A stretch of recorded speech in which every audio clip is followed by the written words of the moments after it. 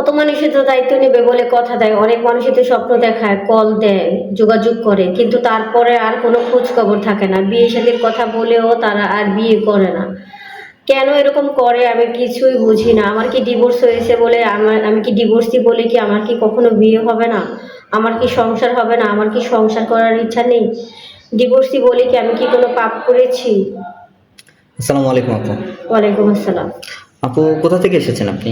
টাঙ্গাইল মির্জাপুর। এখানে কেন আসছেন? বিয়ে শাদী করার জন্য। আপনার সাথে যোগাযোগ করবো কিভাবে?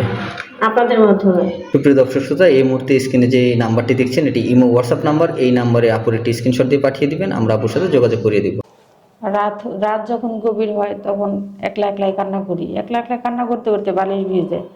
আসলে দিন যখন হয় তখন মুখে হাসিটা থাকে, কিন্তু বুকের কষ্ট আর কেউ দেখে না। ঠিক আছে, ভিতরে যে একটা কষ্ট আছে, একটা যন্ত্রণা, এটা আর কেউ দেখে না, সবাইকে হাসি খুশি দেখায়।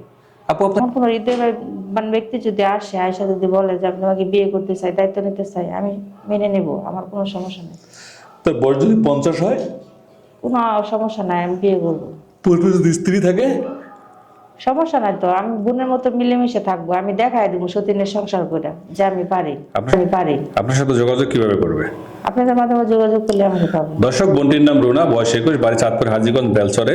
তার বাবা নেই, তার সাথে মা আর ছোট ভাই আছে। যদি কারো ভালো লাগে আমাদের নাম্বারে যোগাযোগ করবেন। স্ক্রিনে যে নাম্বারটি দেখছেন ইমামা হোয়াটসঅ্যাপ খোলা আছে, এটি অফিসিয়াল নাম্বার। আমাদের সাথে যোগাযোগ করবেন, আমরা যোগাযোগ করিয়ে দেবো। ধন্যবাদ। পয়সা চাই না, বাড়ি গাড়ি চাই না, শুধু একটা সুন্দর মনের মানুষ চাই। এখন সেই সুখী মানুষটা বয়স, চেহারা, বাড়িঘর কেমন হতে হবে?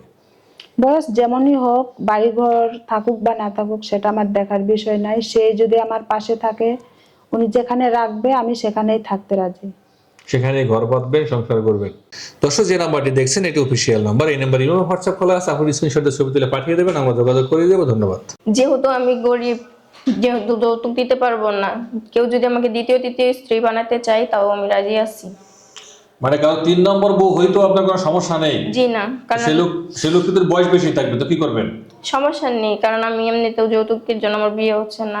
দর্শক, এই মুহূর্তে যে নাম্বারটি আমাদের চোখের সামনে ভেসে বেড়াচ্ছে, এই নাম্বারটিতে ইমো এবং হোয়াটসঅ্যাপ খোলা আছে। যদি কোনো ভাইয়ের এই বোনটিকে ভালো লাগে তবে স্ক্রিনশটের ছবি তুলে আমাদের সাথে যোগাযোগ করবেন, আমরা আপনার সাথে কথা বলিয়ে দেবো। আমার বাবাও নেই, টাকাও নেই, মা বাপ কেউই নেই। যাদের বাবা আছে, টাকা আছে, কালো হলো তাদের কোনো সমস্যা নেই, তাদের বিয়ে হয়ে যায়। আমার নাম হচ্ছে মিম, আমার দেশের বাড়ি হচ্ছে চাঁদপুর শাহরাস্তি থানা। আমি এসেছি পাস, নামাজ রোজা সব করতে পারি। আমি একটা ভালো মানুষ মনের মানুষ চাই, এই জন্য এখানে এসেছি। একটা ভালো মানুষ মনের মানুষ চাই, এই জন্য এখানে এসেছি। দর্শক, আমাদের যে নাম্বারটি দেখছেন এটি ইমো এবং হোয়াটসঅ্যাপ খোলা আছে, স্ক্রিনশটের ছবি তুলে আমাদেরকে পাঠিয়ে দেবেন, আমরা যোগাযোগ করিয়ে দেবো। ধন্যবাদ।